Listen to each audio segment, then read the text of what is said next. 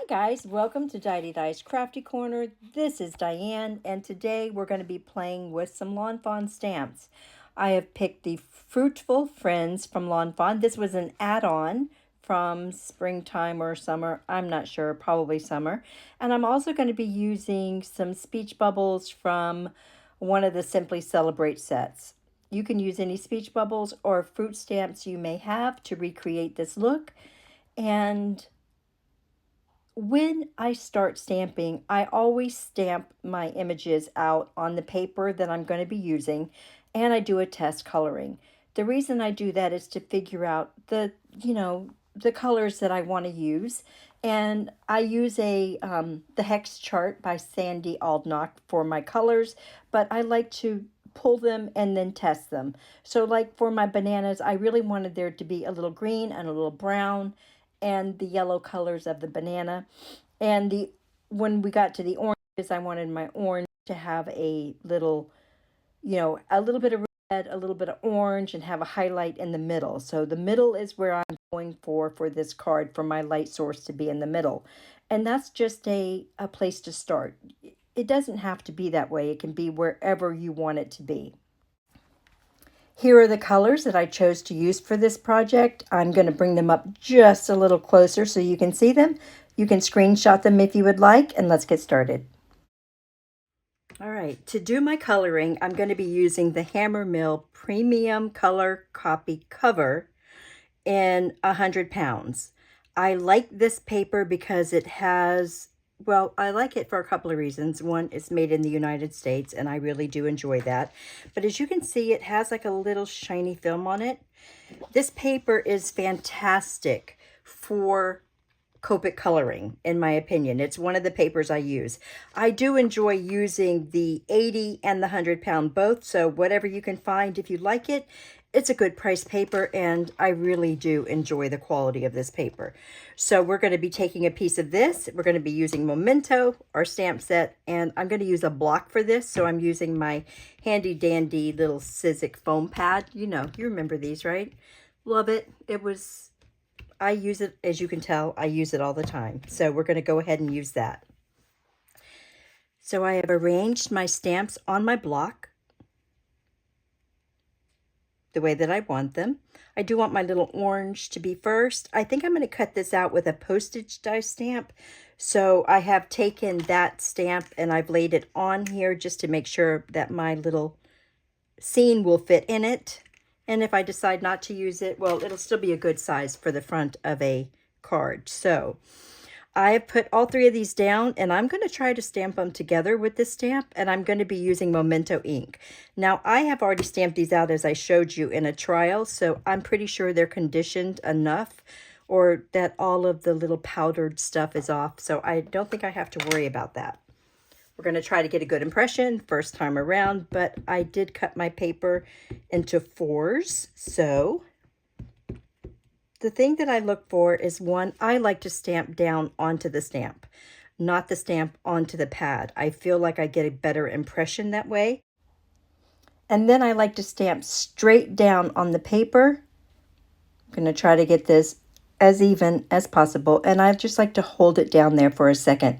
I sing a little song in my head, and I just kind of make sure that that ink has had time, and then I pull it straight up. Sometimes the paper sticks, sometimes it doesn't, but you get a pretty good stamp every time this way. Okay, I've done the same thing for the speech bubbles, and now I'm going to be stamping the little bitty sentiments that I'm going to be putting in them. So for the orange, I think I'm going to put orange you glad we met. For the banana, I'm going to use I'm bananas for you. And for the apple, I'm going to put I'm glad I picked you. And I'm just going to center those into those little speech bubbles the best I can. And you know those little tiny stamps like to stick to your fingernails, right? So also on that one little speech bubble, there's a little it's a little thick on one side. I'll be using a white gel pen to make that a little thinner towards the end of the video or off camera, so you won't see that in the end, and that's a nice little trick to do.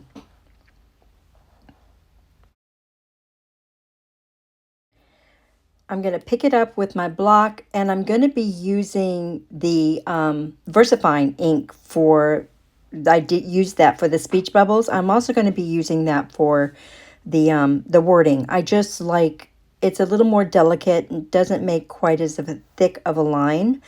And I'm going to try to stamp these down within those little bubbles. I like to do it all at once instead of doing it one at a time. But by all means, if you're not comfortable with lining it up and doing it all at once, do it one at a time, right? Again, I stamp it down quick and I hold it just for a minute, trying not to move it. I add a gentle little pressure and then I lift it up quickly. And again, sometimes it sticks to the paper, sometimes it doesn't, but it always gives me a flawless stamp every time I do that. You just want to take your time and set it down on the paper and then hold it still and leave it. Let the ink have time to actually sink into the paper. I've chosen to use a postage stamp die to give it a little dimension. And now we're going to add a little more dimension and ground our characters by adding some ink by using a stencil. This is an alt-to-new stencil, and I think it's going to make a lovely little backdrop. So how I'm going to do this is I'm just going to line up the stencil with the bottom of my little fruit critters, if you will. And I'm just going to try to make sure that I have an area where I can go around with this tiny little brush. And the ink that I'm using is peacock feathers, and it's going to be a nice match to the shade of cardstock that I chose. So I'm going to try to just, tap it off a little bit. I don't want to go too dark or too light in any one area. And I'm kind of staying clear of inside my fruit. This is easy to do with a small brush like this, or a detail brush, if you will. You usually, if you get any ink at all, you can mask it with your coloring, with your markers or pencils, but it does add a lot of interest to your card. So isn't that gorgeous? I love it. And look how good. It's going to pop, bring all of our colors together. Perfect. Okay. So now that we've got that all together and it's looking good, we're going to choose our colors, which we should already know by now. So here are my colors for the banana. I'm going to color the banana on screen, and then I'm going to color the other two off screen. If you guys are interested in coloring videos, I'll be happy to do those, but I am not the best colorist. I color just because I like it. Does that make sense? I just enjoy the coloring process. That's one of the reasons I enjoy stamping and coloring, of course. So for this banana, I did use a brown, the same brown I'm going to use for the stems of all of my fruit, and a green that I'll be using in the leaves of the fruit. I do that on my bananas because the stem of the banana is darker and it's not yellow like a banana. But I am using my darker shades of yellow to fill in the outside edges of my banana because I want my banana to be light in the center. Remember, my centerpiece is my light source is going to be in the center of all my fruit. So now I'm taking a darker color and I'm going around those edges. And the very last step I'm going to do is to take my lightest color. Right now I'm just blending and just see how I got that little sliver of light in the middle? That's good enough for me, And so now I'm going to go ahead and grab my colors for my oranges. My orange, I always put a little bit of a dark orange in with my oranges. I'll do that. I'll do it off camera and we'll be right back. Okay, so this is how it turned out. Subtle little highlights, which I enjoy that. I'm not the kind of colorist that likes really dark, deep colors around the edges, making my highlights super bright. I just like there to be a hint of a highlight.